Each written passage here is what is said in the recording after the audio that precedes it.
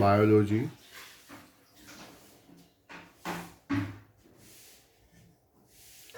ધોરણ 12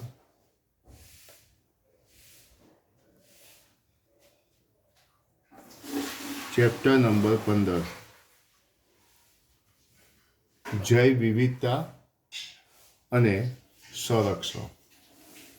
જૈવ વિવિધતા અને સંરક્ષણ કે જેમાં આજે આપણે નિવસન તંત્ર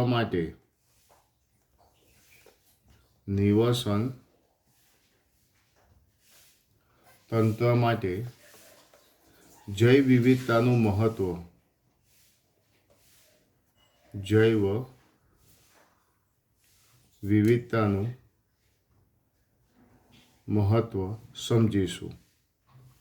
નિવસન તંત્ર માટે જૈવ વિવિધતાનું મહત્વ. કોઈ સમુદાયમાં જાતિ સંખ્યા ખરેખર નિવસન તંત્રની કામગીરી માટે મહત્વપૂર્ણ બાબત છે? તે એક પ્રશ્ન છે. જો કે આનો જવાબ પરિસ્થિતિવિદો પણ ચોક્કસ આપી શક્યા નથી. કોઈ સમુદાયમાં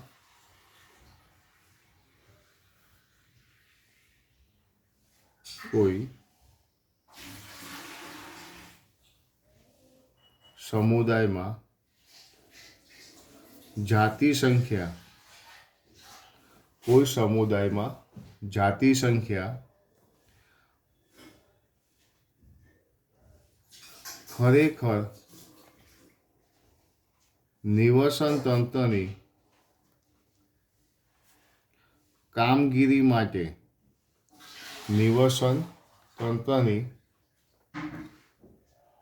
કામગીરી માટે મહત્વપૂર્ણ બાબત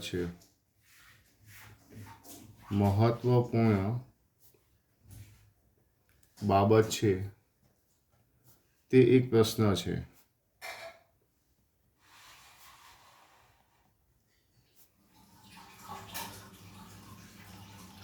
કોઈપણ સમુદાયની અંદર જાતિ સંખ્યા કેટલી એ નિવસન તંત્રની કામગીરી માટે મહત્વપૂર્ણ બાબત છે તે એક પ્રશ્ન છે. પણ આનો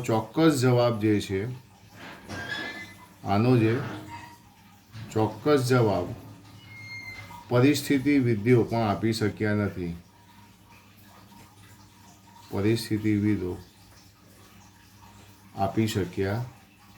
નથી. ઘણા દાયકાઓ પછી પરિસ્થિતિવિદો માનતા થયા કે ઘણા સમય પછી આજે પરિસ્થિતિવિદો જે છે એ માનતા થયા કે વધુ જાતિઓ ધરાવતા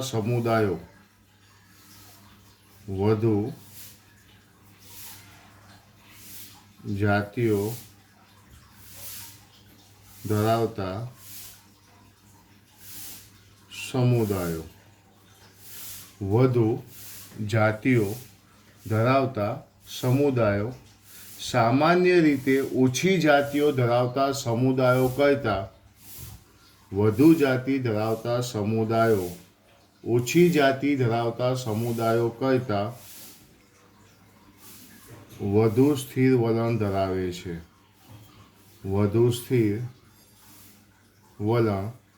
ધરાવે છે.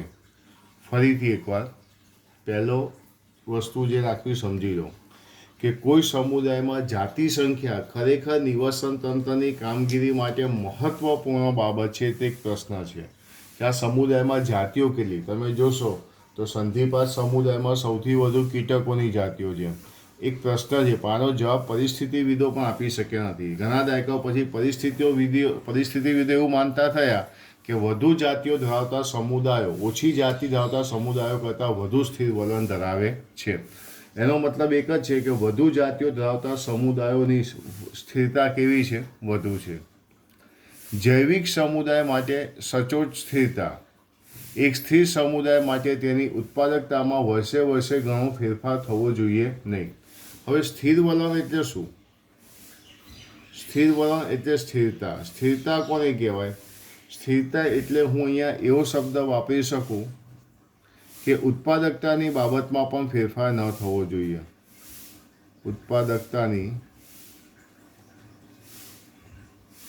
બાબતે પણ ફેરફાર ન થાય. ઉત્પાદકતાની બાબતે પણ જો ફેરફાર ન થાય તો તેને સ્થિર વલણ આપણે કહી શકીએ. સમયે આવનારા અવરોધો માટે પ્રતિરોધક કે પ્રસંગોપાત વિક્ષેપો સામે પ્રતિકારક અથવા તો સ્થિતિસ્થાપક હોવું જોઈએ. હવે ઉત્પાદકતાની બાબતે શું હોવું જોઈએ? ફેરફાર થતો હોવો ન જોઈએ. પરંતુ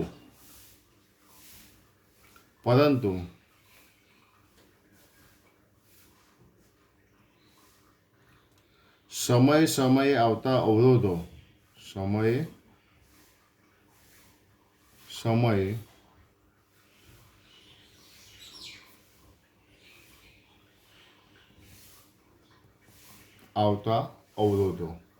સમયે આવતા અવરોધો માટે પ્રતિરોધક હોવું ખૂબ જ જરૂરી છે.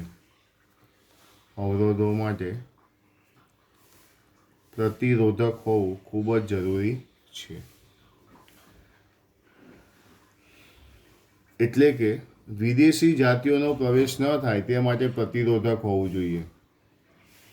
વિદેશી જાતિનો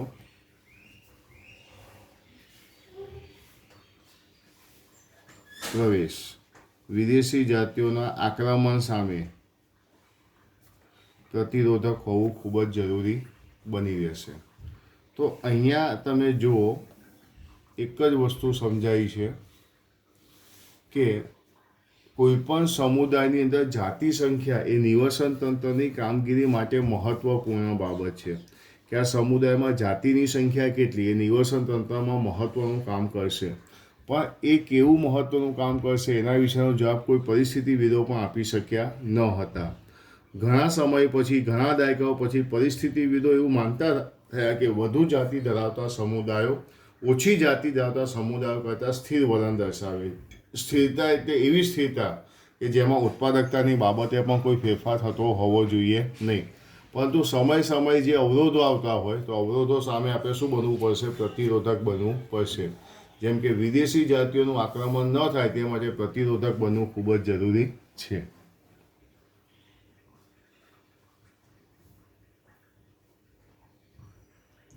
બરાબર છે.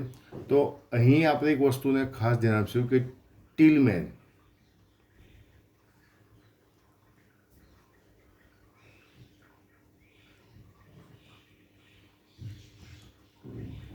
ટીલમેને જોયું કે વધુ જાતિ ધરાવતા ભૂખંડો, બધું શોર્ટ ક્વેશ્ચન માટે બહુ કામનું છે. વધુ જાતિઓ ધરાવતા ભૂખંડો એ કુલ જૈવભારમાં વર્ષે ઓછો ફેરફાર દર્શાવતા હતા. વધુ જાતિઓ ધરાવતા ભૂખંડો જૈવભારમાં વર્ષે ઓછી વિવિધતા દર્શાવતા હતા. એટલે વિવિધતા ઓછી થવા લાગી, ઓછી વિવિધતા ધરાવતા હતા. એકોર્ડિંગ ટુ યર વર્ષે જોવા જઈએ તો કુલ જૈવભારની સાપેક્ષે ઓછી વિવિધતા દર્શાવતા હતા.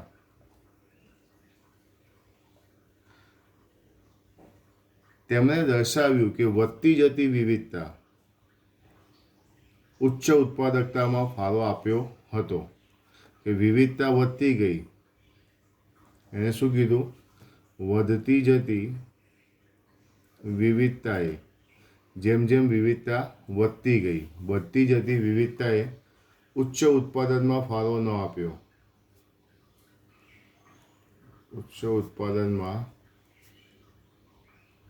ફાળો ન આપ્યો. જો વિવિધતા વધે તો ઉત્પાદકતામાં પણ વધારો થવો જોઈએ થોડો ઘણો. તો વિવિધતામાં વધારો, જો વિવિધતા સ્થિર હશે તો ઉત્પાદકતા પણ સ્થિર થશે. પણ જો વિવિધતા વધે છે તો ઉત્પાદકતાની અંદર પણ વધારો થવો જોઈએ, પણ ઉત્પાદકતાના વધારામાં ફાળો આપ્યો નહીં. તેમ છતાં આપણે સંપૂર્ણપણે જાણતા નથી કે જાતિ સમૃદ્ધિ નિવસન તંત્રને કેવી રીતે તંદુરસ્ત રાખે છે. બરાબર છે. ટીલમેન આવું નથી, છતાં પણ હાલમાં આપણને ખબર નથી પડતી કે જાતિ સમૃદ્ધિ જે છે, જાતિઓની સંખ્યા વધી ગઈ, એ જાતિ સમૃદ્ધિ એ નિવસન તંત્રને કેવી રીતે સારું અને તંદુરસ્ત રાખે છે, કેવી રીતે સારું અને તંદુરસ્ત રાખે છે હજી સુધી આપણને ખબર નથી.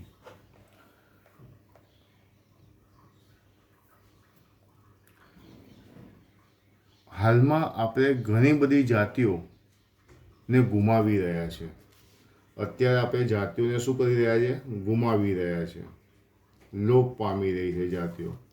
હાલમાં આપણે જાતિઓને ગુમાવી રહ્યા છે. તો ગુમાવી રહ્યા છે તો સામે કેટલાક પ્રશ્નો ઉદ્ભવે છે. જ્યારે આપણે કેટલીક જાતિઓને ગુમાવી રહ્યા છે ત્યારે કેટલાક શું ઉત્પન્ન થાય છે? પ્રશ્નો ઉત્પન્ન થાય છે.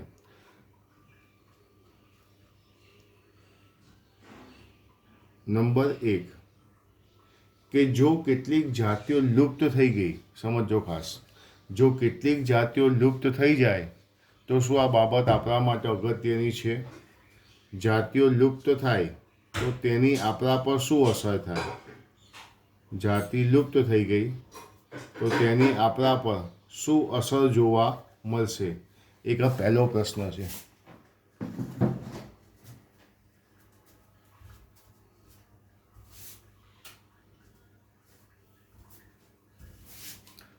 બીજા નંબરની વાત આપણે કરીએ તો પશ્ચિમ ઘાટના વૃક્ષો પર જોવા મળતી દેડકાની એક જાતિ હંમેશા માટે વિલુપ્ત થઈ જાય તો પશ્ચિમ ઘાટના નિવસન તંત્ર ઓછા ક્રિયાશીલ થઈ જશે. આશરે પશ્ચિમ ઘાટ છે એની પર જોવા મળતી દેડકાની એક જાત માનો કે લુપ્ત થઈ ગઈ તો પશ્ચિમ ઘાટ પર તેની શી અસર થશે તે પણ એક સમજવા જેવું છે. નંબર 3 કે પૃથ્વી પર કીડીઓની 20,000 જાતિઓને બદલે આપણી પાસે માત્ર 15,000 જાતિઓ રહેશે તો આપણા જીવન પર શું અસર થશે? કે કીડીઓની જાતિઓ માનો કે 20,000 છે, એમાંથી 15,000 જાતિઓ જ રહેશે, 5,000 જાતિઓ લુપ્ત થઈ ગઈ તો તેની આપણા પર શું અસર થશે? એટલે જાતિઓના લુપ્ત થવાની સાપેક્ષે કેટલાક પ્રશ્નો ઉદ્ભવે છે. એક આ વસ્તુને ખાસ ધ્યાનમાં રાખજો. બરોબર છે. પોલ એહર્લિચ એક પરિસ્થિતિવિદ છે.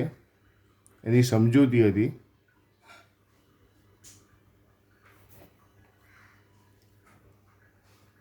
એટલે હું અહીંયા લખીશ પોલ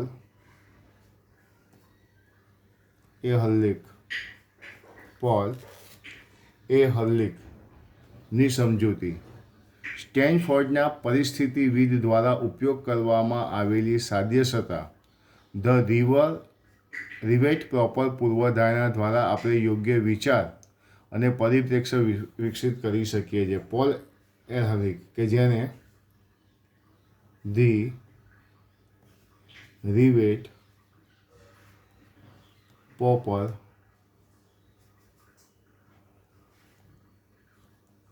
પૂર્વધારણા રજૂ કરી. ધ રિવેટ પ્રોપર પૂર્વધારણા રજૂ કરી. શબ્દ સમજજો કે એક વિમાન જેવા નિવસન તંત્રનો અભ્યાસ કર્યો કે વિમાન જે છે નિવસન તંત્ર જેવું લઈ લઈએ કે જેમાં આપણે મુસાફરો જેવા છીએ. એક વિમાન છે એને આપણે નિવસન તંત્ર લઈ લીધું કે જેની અંદર જે મુસાફરો આપણે બધા છીએ. એક વિમાનના બધા જ ભાગો હજારો ખીલ્લીઓના ઉપયોગ દ્વારા એકબીજા સાથે જોડાયેલા હોય છે. આપણે કોઈ એક વિમાનની વાત કરી, વિમાન એટલે એક જાતનું નિવસન તંત્ર કે એ નિવસન તંત્રમાં આપણે બધા છીએ. વિમાન જે છે એ શું છે? તો વિમાન જે છે એ અસંખ્ય ખીલ્લીઓ દ્વારા એકબીજા સાથે જોડાયેલું છે. એટલે આપણે વિચાર કરીએ કે સૃષ્ટિ એક વિમાન જેવી છે. સૃષ્ટિમાં આપણે બધા પણ એકબીજા સાથે જોડાયેલા છે. એક વિમાન અને આપણે નિવસન તંત્ર કીધું કે જેની અંદર બધા જ ભાગો હજારો ખીલ્લીઓ વડે એકબીજા સાથે જોડવામાં આવે છે. હવે આ વિમાનના દરેક મુસાફરને એવું કહેવામાં આવે કે તમે એક એક ખીલ્લીને ખોલીને ઘેર લઈ જાઓ. સમજી લો, દરેક મુસાફરને એવું કહેવામાં આવે કે તમે એક એક ખીલ્લી ખોલો અને ઘરે લઈ જાઓ. તો શરૂઆતમાં વિમાનની સુરક્ષાને કોઈ અસર, એકાદી ખીલ્લી જતી રહેશે તો તો બીજી ઘણી બધી ખીલ્લીઓ હશે, તો એનાથી કંઈ વિમાનને નુકસાન થશે નહીં. શરૂઆતમાં વિમાનની સુરક્ષાને કોઈપણ જાતની અસર જોવા મળશે નહીં, કે વિમાનને કોઈપણ જાતનું નુકસાન થશે નહીં. પરંતુ જો વધુને વધુ ખીલ્લીઓ ખોલવામાં આવશે, વધુને વધુ ખીલ્લીઓ દૂર કરવામાં આવશે, તો કેટલાક સમય પછી વિમાન જોખમી રીતે પડી જશે અને તૂટી જશે. તો અહીંયા વિમાનની જગ્યાએ આપણે એક નિવસન તંત્ર લઈએ, જેમાં આપણે બધા રહીએ છીએ.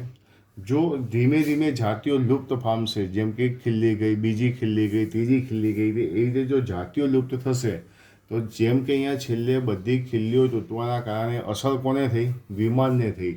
વિમાન તૂટી ગયું, ભાંગી ગયું, તો એવી જ અસર પણ થશે આપણા નિવસન. સાથે સાથે એ પણ મહત્ત્વનું છે,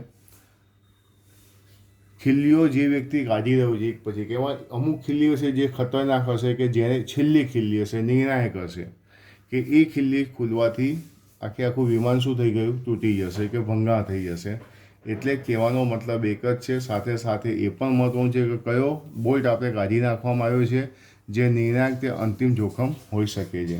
એટલે પૃથ્વી પર જાતિઓ જે ધીમે ધીમે લુપ્ત થઈ રહી છે, આનાથી શું થશે? તો એક એક્ઝામ્પલ્સ અહીંયા પોલ એહરી કે ધ રિવેટ પ્રોપર પૂર્ણ દ્વારા સમજાયું છે. વિમાનની અંદરની બાજુએ બેઠકો કે બારીઓ પરના થોડા રિવેટ્સને નુકસાની કરતાં તેની પાંખો પર રહેલા બોલ્ટને ખોટ કે નુકસાની કરવામાં આવશે, તો વિમાનની સલામતી માટે ગંભીર જોખમ ઉત્પન્ન. જો બારીની એકાદી ખીલ્લી કાઢશો તો કોઈ ફરક નહીં પડે, પણ પાંખ્યા જ નહીં હોય તો.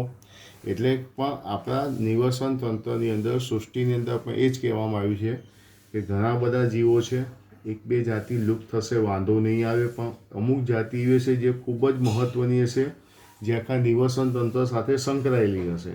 જો તેને ઈજા થશે તો નિવસન તંત્ર ખોરવાશે. તો નિવસન તંત્ર માટે જૈવ વિવિધતાનું મહત્ત્વ શું છે? નિવસન તંત્ર માટે જૈવ વિવિધતાનું મહત્ત્વ શું છે તે આખું તમને અહીંયા સમજાયેલું છે. 2 થી 3 વાર એનો રિપીટ અભ્યાસ કરજો. 2 થી 3 વારનો રિપીટ અભ્યાસ કરજો તો તમને ખ્યાલ આવશે કે નિવસન તંત્ર માટે જૈવ વિવિધતાનું મહત્ત્વ. જોઈ લો બધા એકવાર. ટેક્સ્ટ બુકમાંથી પણ એકવાર વાંચી જજો બધા.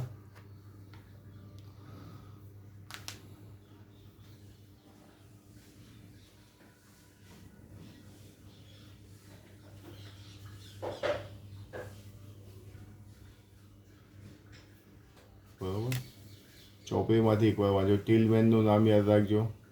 છેલ્લે પોલ એહરી આવ્યો એ જોજો. શોર્ટ ક્વેશ્ચન આમાંથી ક્યાંક આવી શકે એવા છે, એટલે એ પણ એકવાર જોઈ લેજો.